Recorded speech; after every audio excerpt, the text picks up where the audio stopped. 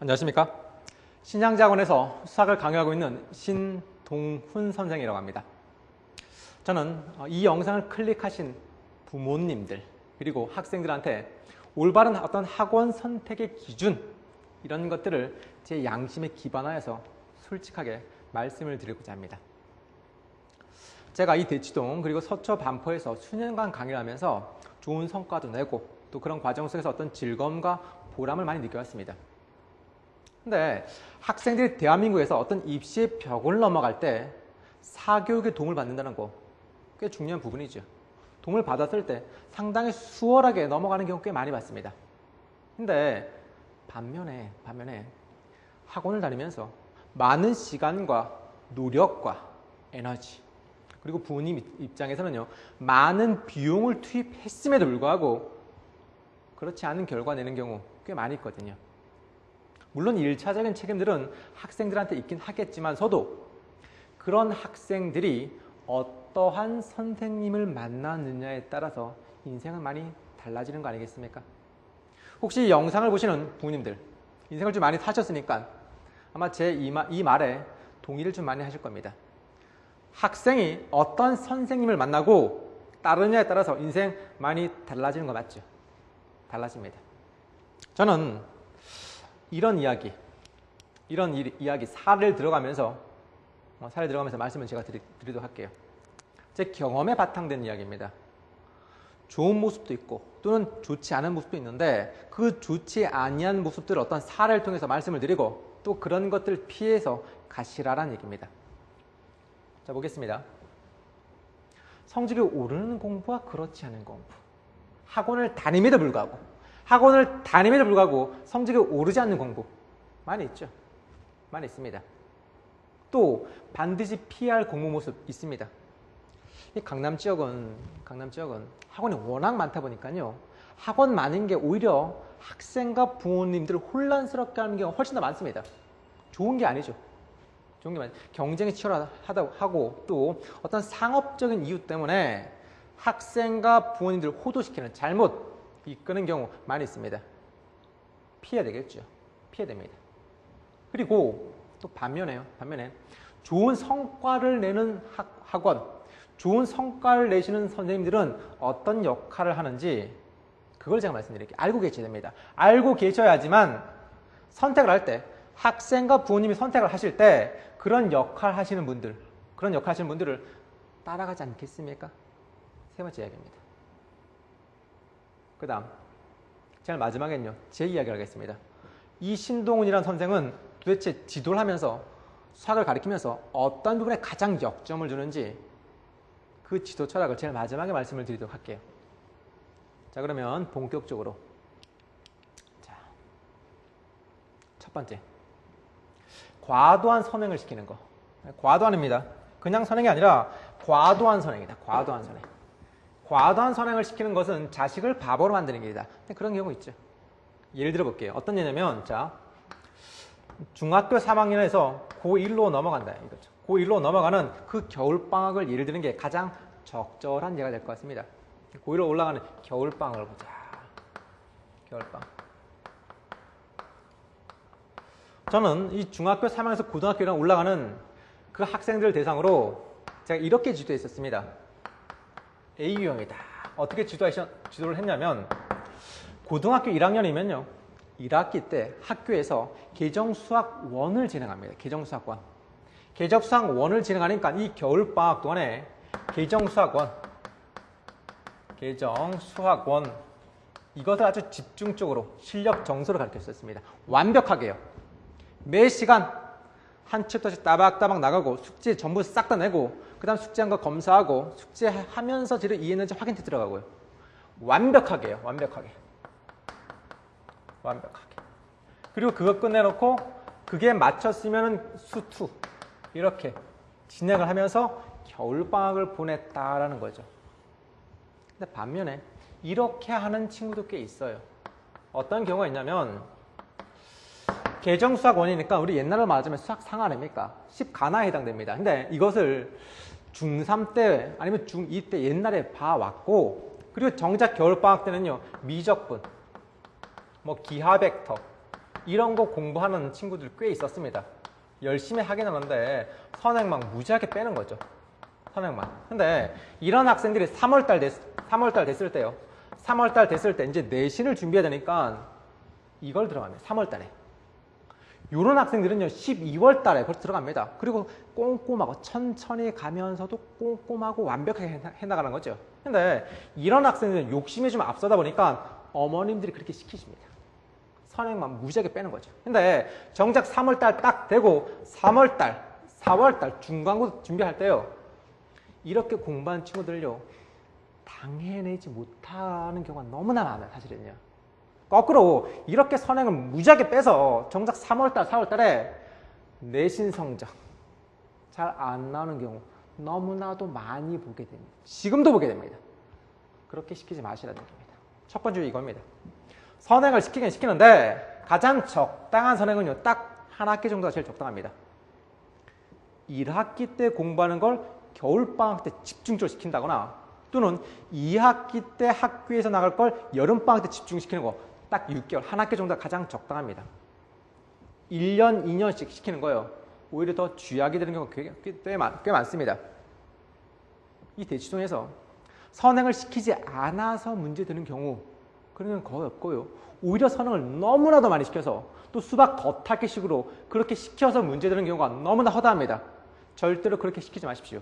또 그렇게 안내하는 학원 철저히 피하시기 바랍니다. 도움이 안 되니까요. 그 다음 두 번째, 개념과 심화를 분리시켜서 공부하지 말고 한 번 할 때 개념부터 심화까지 완벽하게 공부하라. 물론 이렇게 완벽하게 하면요 조금 좀 진도가 좀 느리게 나갑니다. 괜찮습니다. 괜찮습니다. 이렇게 공부하는 게 언어, 영어와는 다른 수학의 특성이 되는 겁니다. 수학은 말이죠. 그 수학 겉핥기, 수학 맨날 겉핥기 해본들 수학적 실력이 늘지 않습니다. 할 때 어떻게 깊숙하게 들어가야 됩니다. 심화로 완벽하게 해요. 그래야지만 어떤 수학적 사고와 수학적 실력이 증가가 된다는 겁니다. 가랑비에 옷 젖듯이 그렇게 하는 게 아니라 폭풍우처럼 몰아붙여야 한다는 얘기입니다.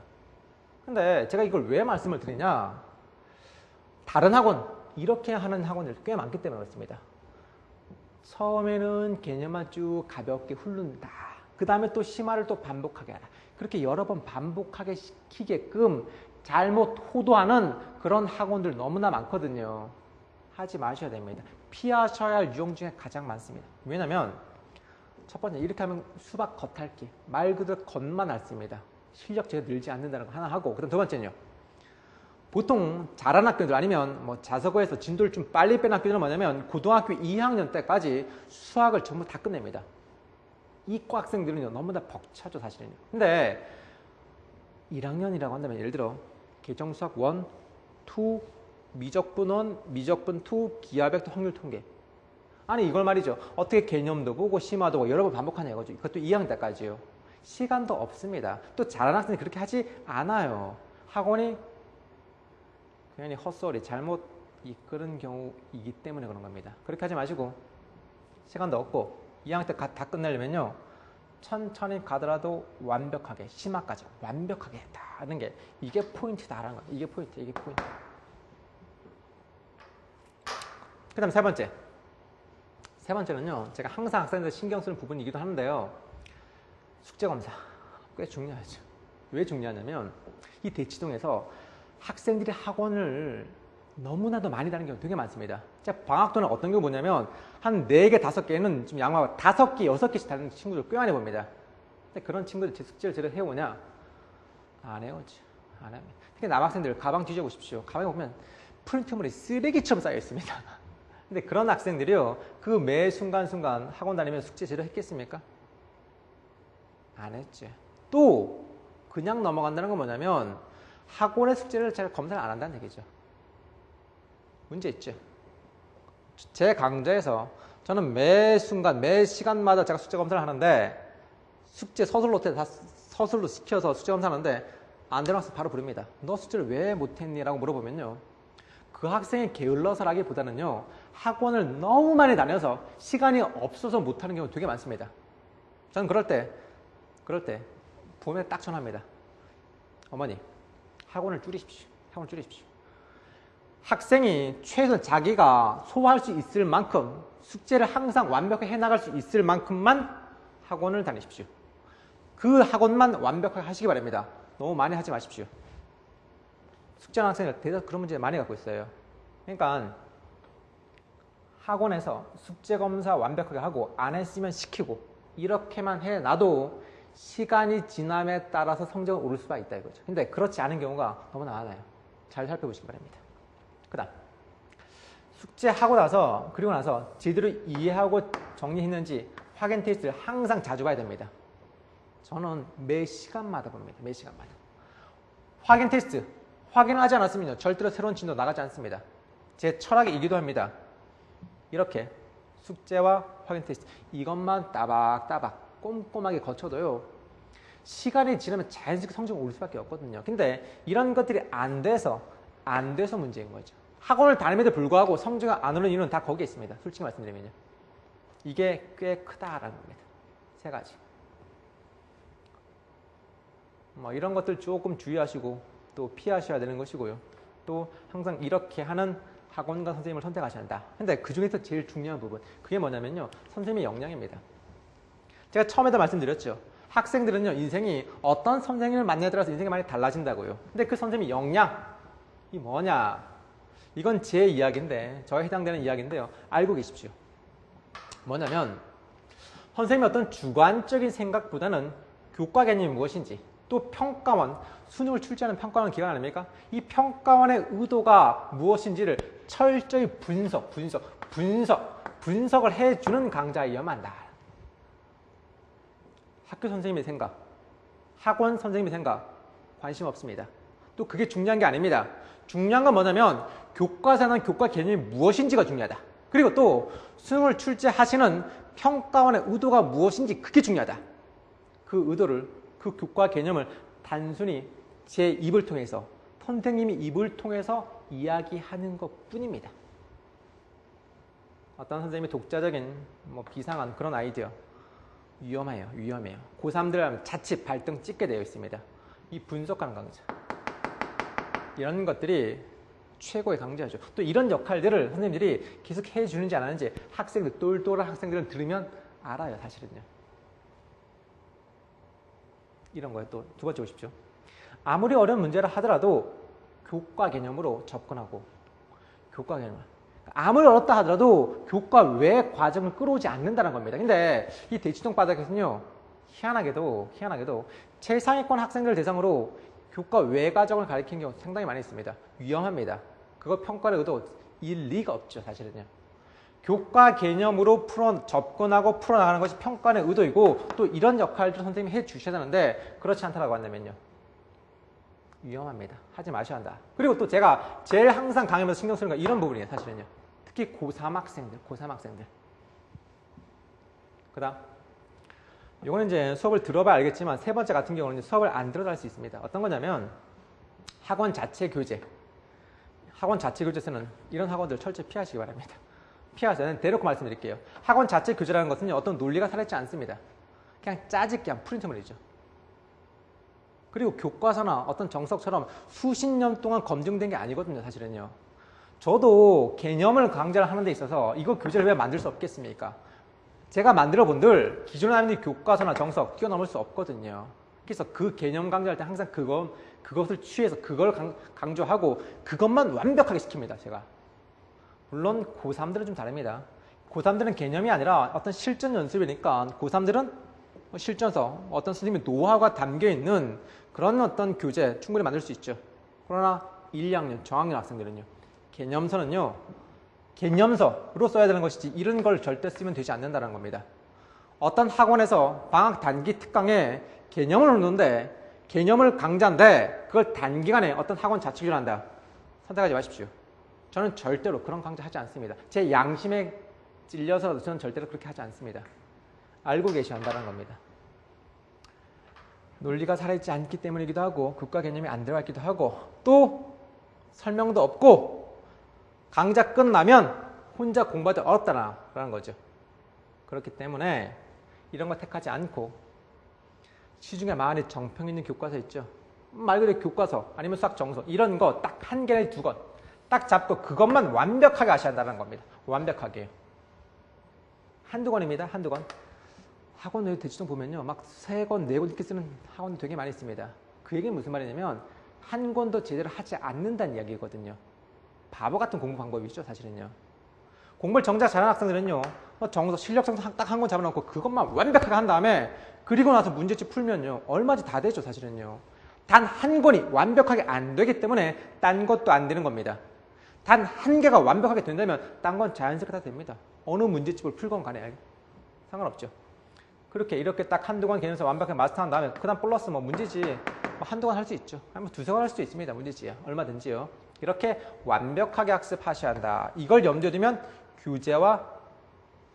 교재라든지 아니면 어떤 교재를 선택하는 것인지 답은 나오게 되어 있습니다. 사실은요. 이렇게요. 저도 사실은 학생들한테 항상 제가 신경 쓰는 부분이 이거죠. 개념서를 잡았으면 항상 완벽하게 이해하고 숙지하도록 항상 도와주고 테스트하고 점검하고 이런 부분들을요. 이게 선생님의 역할이고 또 제가 항상 주안점 신경 쓰는 부분이기도 하다라는 겁니다. 제가 앞서 처음에 이런 부분 얘기했었죠. 이런 부분 어떤 거냐면 피해야 할 공부 모습이 무엇이냐. 피해야 할 공부 모습. 그리고 저희 지도 철학이 뭐냐. 여기 다 담겨 있습니다. 사실은요. 담겨 있습니다. 뭐냐면 과도한 선행시키는데 피하셔야 한다. 그럼 저는 뭐냐.